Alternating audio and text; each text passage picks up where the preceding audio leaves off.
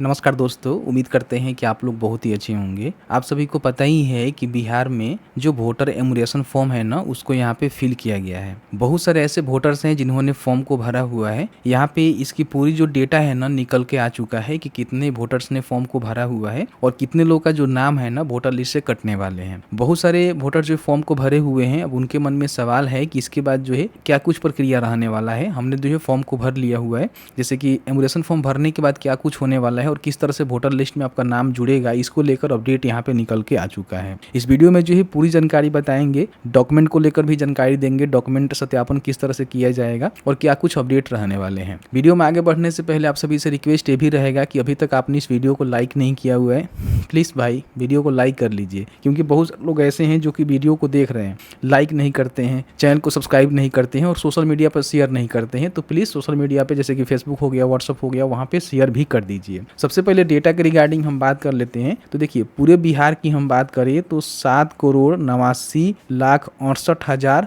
Voters हैं पूरे बिहार में, ठीक है।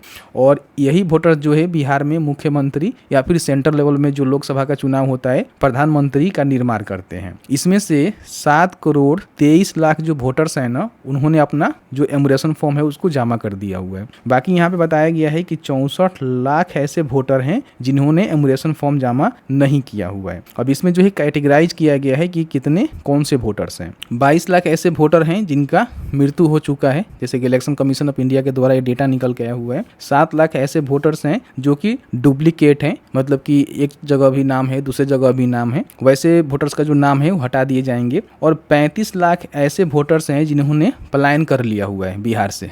देखिए, पलायन का जो स्तर है ना बहुत ज़्यादा है, ठीक है। इतना लोग कैसे पलायन कर रहे हैं, इसका मतलब कि बिहार में देखिए बिहार का कंडीशन क्या है और बिहार में रोजगार का क्या कुछ कंडीशन है। ये केवल वोटर्स पलायन है, समझ रहे हैं ना। तो लगभग 64 लाख ऐसे वोटर्स हैं जिनका जो इनका ड्राफ्ट वोटर लिस्ट जारी होने वाला है उसमें नाम नहीं आएगा, क्योंकि आप सभी को पता ही होगा कि जो 7,89,60,000 वोटर्स हैं, इन सभी का एनुमरेशन फॉर्म फिलअप होने के बाद ही जो ड्राफ्ट वोटर लिस्ट जारी होने वाले हैं उसमें नाम आएगा। जिन्होंने फॉर्म को नहीं भरा, जो मृत हैं, उनका जो ड्राफ्ट वोटर लिस्ट है उसमें नाम नहीं आएगा, समझे ना। तो ये जो है डेटा है। अब यहाँ पे हम बात कर लेते हैं कि आगे का प्रक्रिया क्या कुछ रहने वाला है। बीएलओ के द्वारा या फिर अपने खुद से एनुमरेशन फॉर्म भरा हुआ है, खुद से भरा होगा तो डॉक्यूमेंट आपने देकर ही भरा होगा, लेकिन बीएलओ के माध्यम से फिलअप हुआ होगा तो कई सारे बीएलओ ऐसे हैं जो कि बिना डॉक्यूमेंट के ही फॉर्म जमा करवाए हुए हैं, केवल जो है गणना प्रपत्र ही जमा हुआ है।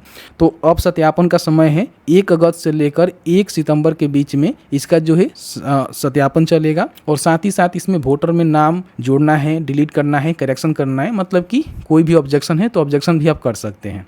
तो अब इसके आगे का प्रक्रिया क्या है कि जो प्रथम चरण है वो कंप्लीट हो चुका है, यानी कि एनुमरेशन फॉर्म फिलअप हो चुका है। अब यहाँ पे जो भी वोटर्स हैं ना उनका सत्यापन किया जाएगा और जो भी वोटर्स हैं उन सभी का कोई किसी का नाम जोड़ना है, किसी का नाम डिलीट करना है, किसी का नाम में करेक्शन करना है, वो सारे काम जो है लगभग 1 महीने तक चलेगा। अब इसी बीच में मान लीजिए अगर आपने 18+ कर लिया हुआ है और आपका नाम जो है वोटर लिस्ट में नहीं जुड़ा हुआ है तो जुड़वाने के लिए भी आवेदन कर सकते हैं। जैसे कि फॉर्म 6 आपको भरना होता है, जो कि मोबाइल से भी भर सकते हैं और साथ ही साथ चाहे तो इनके जो आधिकारिक पोर्टल है उसके माध्यम से भर सकते हैं। भरने के बाद इसी ड्यूरेशन के आधार पे आपका जो वोटर लिस्ट में नाम है ना जोड़ दिए जाएंगे। तो अगर आपने एनुमरेशन फॉर्म भर दिया हुआ है तो अब आपको कुछ करने की आवश्यकता नहीं है।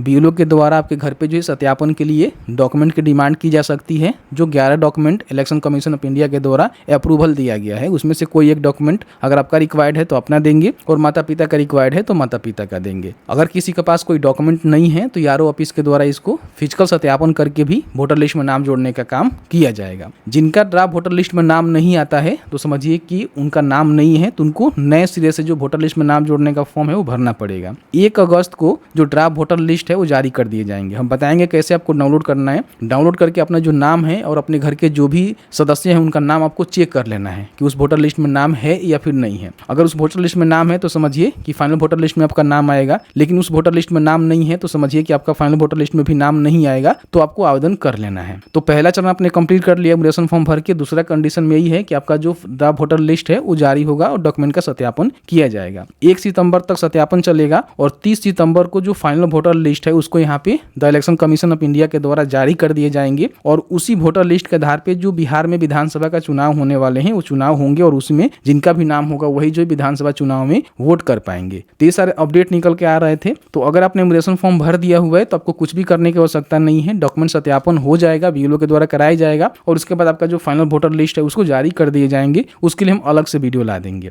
तो मैंने जो ही पूरी जानकारी बताया कि लगभग कितने जो वोटर्स हैं उन्होंने फॉर्म को भरा, कितने लोग का जो नाम है ड्राफ्ट वोटर लिस्ट में नहीं आएगा, उनका नाम काट दिए जाएंगे और क्या कुछ अपडेट है और आय का प्रक्रिया क्या कुछ रहने वाला है। फिर भी आपके मन में कोई भी सवाल होगा इस वीडियो से रिलेटेड हमें जरूर बताइएगा। जहां तक हमारी नॉलेज होगी हम आपके साथ साझा करने की पूरी कोशिश करेंगे। वीडियो देखने के लिए बहुत बहुत धन्यवाद।